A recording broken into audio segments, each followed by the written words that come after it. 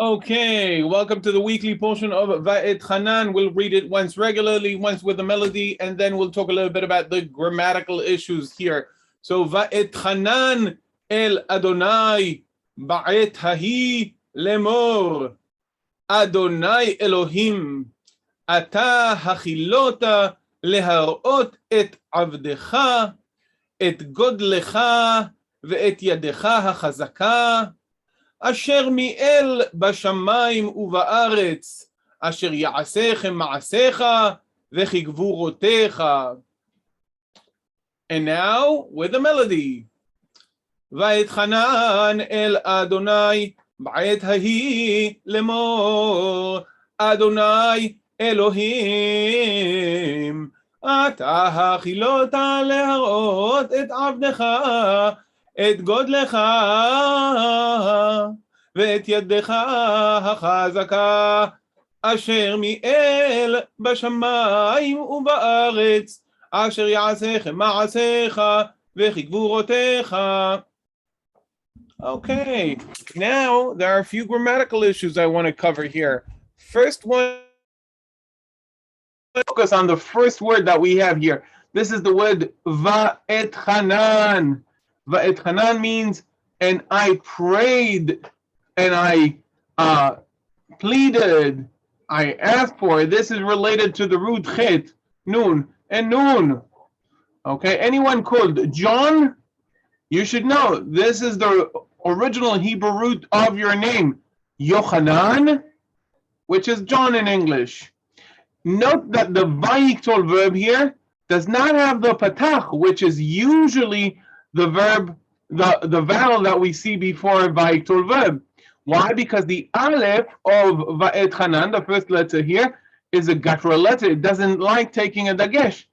And as a compensation for not having a dagesh, we have a kamatz instead of a patach. So we have a compensatory lengthening. We have a lengthening of the vowel instead of a patach, which is considered to be a short vowel. We have the kamatz, which is considered to be a long vowel. So va'et hanan el Adonai ba'et hahi lemor.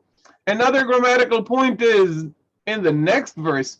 Usually, and you noted that I just read this as Adonai, the Lord's name, the tetragrammaton, Yod, Hey, Vav, and Hey, is read traditionally, according to the Masoretic text, as Adonai.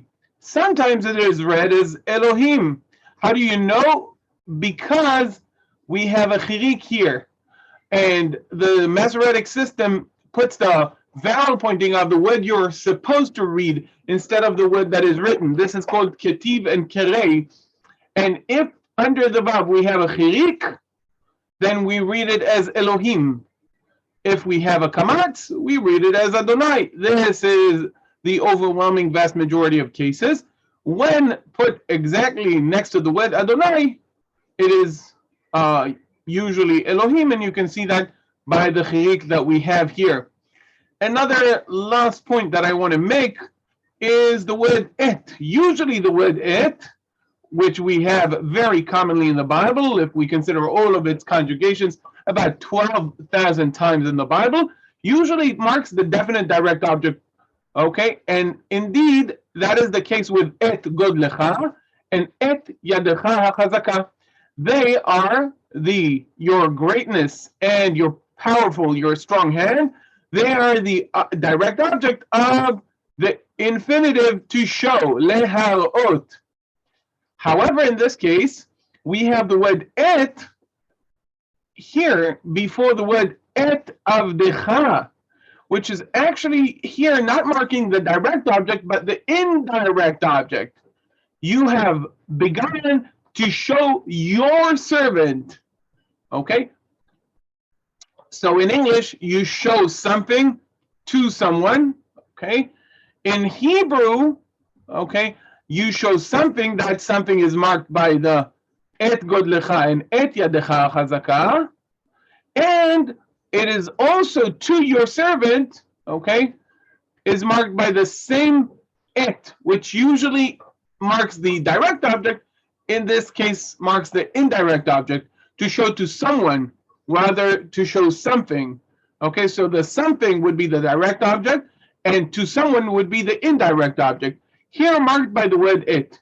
Usually, the indirect object is marked in Hebrew by the lamed preposition or by other means, but rarely the lamed itself can mark the direct object.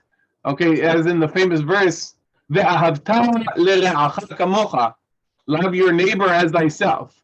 So the lamed there marks the direct object, but usually it is for direct object and lamed preposition is for indirect object.